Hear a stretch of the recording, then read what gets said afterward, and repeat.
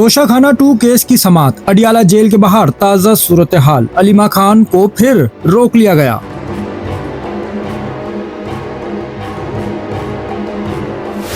Adiala jail के बाहर आज फिर वही मंजर, वही रुकावटें और वही सवालात। तोशाखाना 2 केस की समाअत के मौके पर अडियाला जेल के बाहर सूरत हाल एक बार फिर कशीदा, जहां इमरान खान की बहन अलीमा खान को आज फिर जेल के बाहर ही रोक लिया गया।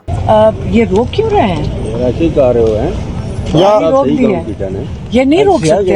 आज तो जेल ट्रायल है, ये कैसे रोक रहे हैं हमें? सिक्योरिटी एहलकारों ने आगे बढ़ने से मना किया, लेकिन अलीमा खान ने दो टोक अल्फाज में कहा, ये हमें नहीं रोक सकते। नाजरीन, आप तमाम से दरख्वास्त है, ये वो हकाइक हैं जो आजकल आपको देखने में नहीं आ रहे। हम वो खबरें सामने ला रहे हैं जो जमीनी सतह पर पेश आ रही हैं। अगर आप सच जानना चाहते हैं तो हमारे साथ जुड़े रहें। चैनल को फॉलो, सब्सक्राइब करें, वीडियो को लाइक करें, अपनी राय कमेंट में दें।